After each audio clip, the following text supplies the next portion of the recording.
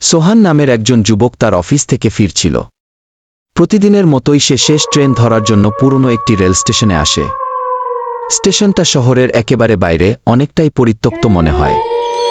স্টেশনে তখন আর কেউ নেই, শুধু একটা লাল বাতি ঝিমঝিম করে জ্বলছিল। দূরে একটা কুকুর কুকুরে ডাক দিচ্ছিল। হঠাৎ সোহান একটা হুইসেলের শব্দ শুনতে পেল, ট্রেন আসছে। কিন্তু আশ্চর্য বিষয় হলো, ট্রেনটা স্টেশনে এসে থামলেও তার দরজা খুলল না। পুরো ট্রেনটা যেন কুয়াশার মধ্যে ঢাকা। সোহান একটুখানি দ্বিধায় পড়ে গেল, কিন্তু তাড়াহুড়োর কারণে ট্রেনটায় উঠে পড়ল। ট্রেনের ভেতরটা ছিল একদম নিস্তব্ধ। কোনো যাত্রী নেই, এমনকি টিকিট চেকারও না। জানালার বাইরে শুধু ঘন অন্ধকার। হঠাৎ করেই পাশের সিটে একটা বুড়ো লোক বসে পড়ল, একদম নিঃশব্দে। তার চেহারা দেখা যাচ্ছিল না, মাথা নিচু। সোহান একটু ভয় পেল। বুড়ো লোকটা হঠাৎ বলল, তুমি কি জানো এই ট্রেনটা ৫০ বছর আগে একবার দুর্ঘটনায় মারা যায়? সোহান চমকে উঠল। মানে?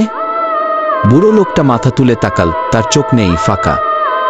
সে আবার বলল, এই ট্রেনটা শুধু তাদেরই নিয়ে যায় যারা আর কখনো ফিরে আসে না।